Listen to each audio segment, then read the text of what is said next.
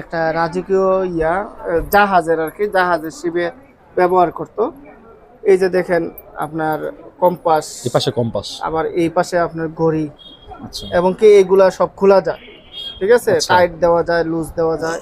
আচ্ছা এগুলাতে আবার অনেক টাইপের আইটেম আছে, এবং কি এনেও কম্পাস আছে, কম্পাসও আছে, ঘড়িও আছে, আচ্ছা। অনেক টাইপের।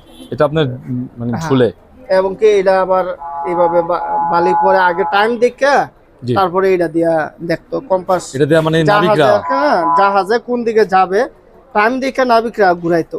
আচ্ছা এই পাশে কম্পাস, এই পাশে মানে দুই পাশে কম্পাস আছে, দোনো পাশে কম্পাস,